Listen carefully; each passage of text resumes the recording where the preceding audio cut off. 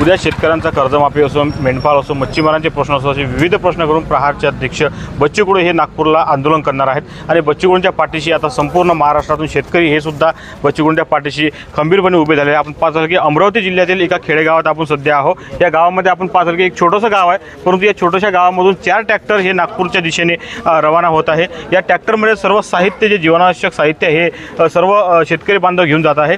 जोपर्यंत शेतकऱ्याची कर्जमाफी होत नाही, जोपर्यंत सरकार या ठिकाणी शेतकऱ्यांच्या मागण्या पूर्ण करत नाही, तोपर्यंत आता नागपूरहून माघार नाही अशी ठाम भूमिका शेतकऱ्यांनी घेतली आहे. आपल्यासोबत काही शेतकरी आहेत. काय सांगाल, आज आपल्या गावातून 4 ट्रॅक्टर घेऊन आपण नागपूरच्या दिशेने जात आहात? आम्ही 4 ट्रॅक्टर घेऊन जाणार आहोत. परिस्थिती अशी आहे की नेपाळपेक्षा महाराष्ट्र खराब झाला पाहिजे असे तुळवल्या जाणार आहे. याच्या घरी जाऊन डायरेक्टमध्ये शूटिंगचं काम करावं लागेल. बच्चूकडून आमदाराचा गळ्या कापान पायामध्ये काही फरक नाही पडला. त्यानं काय बदलून आलं?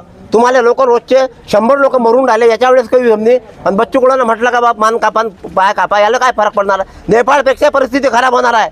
फार गंभीर काम आहे. कास्तकार खूप आंदोलन खवळला आहे. फक्त आता बोलून दाखवत नाही. नागपूर रोडवर काय व्हायत आहे ते आम्ही प्रत्यक्ष करून दाखवू, याची काळजी सरकारनं घ्यावी. सततच्या पावसानं पिकांचे नुकसान झाले. दिवाळीपूर्वी तुम्हाला मदत मिळाली का? अरे दिवाळीची मदत कायची हो? 1 रुपयाची मदत नाही. मदत या तोट्याची पाहिजे नाही. माया फरक द्या, आमचा कास्तकाराचा भाव फरक. आम्हाला तुमचे पैसेच नाही पाहिजे. पैसे आमच्या सरकारच्या इकडे 10 वर्षातलं खाल्लेलं आहे. 10 वर्षातले पैसे भाव फरक वापस द्या. बाकी काही म्हणणं नाही आम्हाला. नागपूरला आंदोलन कुठपर्यंत झालं ना तुमचं? आमचं आंदोलन आमच्या मागण्या पूर्ण होईपर्यंत जाणार आहे. आम्ही मरायला भ्यायला तयार नाही आहे. आमचे कार्यक्रम पूर्ण झाले आहे. घरी काही काळजी नाही आहे. मिळलो तरी कमीत कमी नाव तर होईल.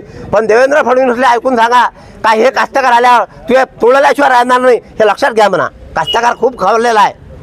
तर आपण पाहतो की या ठिकाणी शेतकऱ्यांच्या संतप्त प्रतिक्रिया आहे. जोपर्यंत मागण्या मान्य होत नाही, तोपर्यंत आता नागपूर सोडणार नाही अशी ठाम भूमिका या शेतकऱ्यांनी घेतलेली आहे. मी किरण ओले, जनयुग न्यूज, अमरावती.